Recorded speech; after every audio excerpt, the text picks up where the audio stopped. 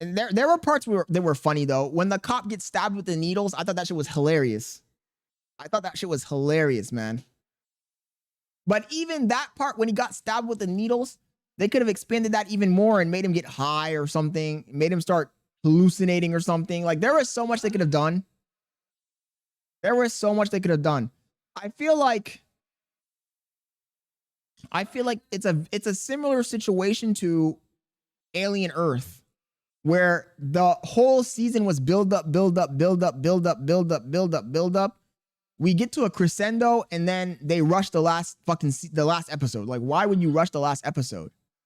The last episode of a series should be 2 hours long, an hour long at least, an hour and 30 minutes. Come on, man. Don't do me dirty like that.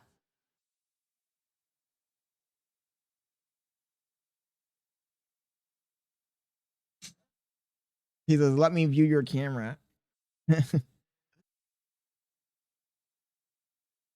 He says, movie was kind of confusing. Took me to the end to notice the names were the kids. Oh, yeah, no, I got that part, can I? Yeah. But I'll give you that. It was a little confusing, yeah. A little confusing. He says 95% build up and only pre-com. I mean, for Super Sen, I got to a certain degree, yeah. Don't get me wrong, the ending was funny, but you know what makes a movie satisfying? A movie is satisfying when all of the loose ends are wrapped up. You know? We can't have loose ends. For example, in this, spoiler alert, the girl, the teacher, after everything is said and done, she's fucked.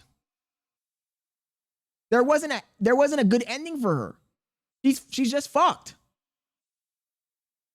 A good movie, most of the time, they need to wrap up every single character's story arc.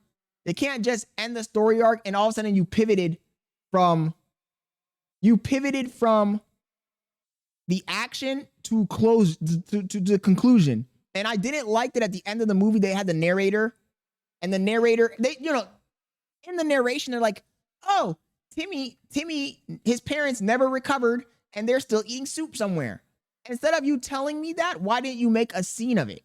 You know, the movie would have been much more satisfying if at the end of the movie they showed the kids like zombies in school just standing around and they showed the parents still in the hospital eating soup, instead of you telling me that. In fact, I would say that at the end of the movie, they could have done a cut 5 years later and showed the parents like this, still eating soup in the hospital. And it would have had more impact than a narrator telling me, oh yeah, the parents never recovered. Like, why don't you show me that? Why don't you show me little Timmy or whatever the fuck the kid's name was at the foster home with the plant, with the tree?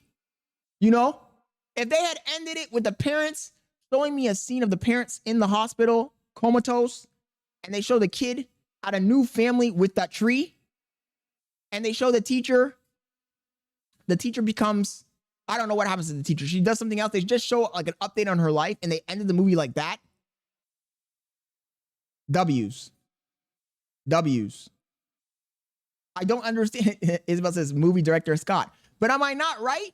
That would have been easy. Now, I don't know what the budget of the movie was or what the time frame was, but that would have been easy. You cut the scene, boom, black. You show a scene of the parents in the hospital, still vegetables 5 years later. You show little Timmy at the foster home with the tree, the demon tree.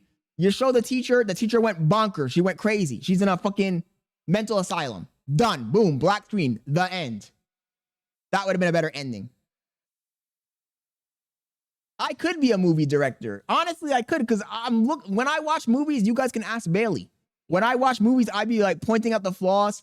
There are times where we watch a movie and the movie's so predictable that from the first act, I'm like, okay, I can tell you how this movie's gonna end. This is gonna happen. That's gonna happen. This person's gonna be this. This is gonna do this. And we watch the whole movie, and when we watch the movie, the shit happens like how I said, because movies be telegraphing too much. They be telegraphing too much. They be giving away the whole movie in the first scene.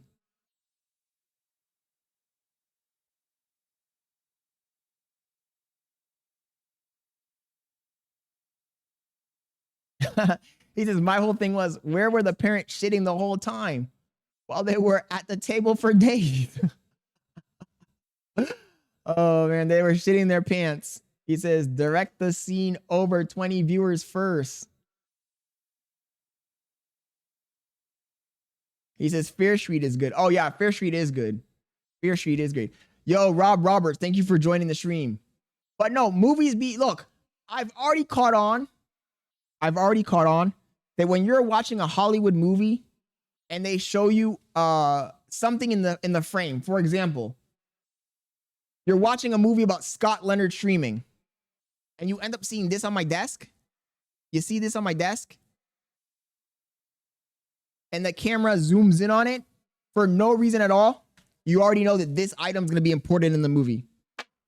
They'll show you this item in the first scene in the movie, and I'm like, okay, I can already tell the bad guy's going to get killed by this. At some point in the movie, they're going to use this to kill the bad guy. And sure enough, you watch the movie and that's what they do. It's like, why are you giving away the movie so fucking easily? And worst thing they can do, sometimes there's key events in the movie that are supposed to be either breathtaking or shocking or interesting, and they ruin it by showing it in the trailer. You know how many movies I've watched? How many movies I've watched where the trailer gives away the fucking movie? Kanai says the new Final Destination is like that. When they do that, Kanai, it's annoying.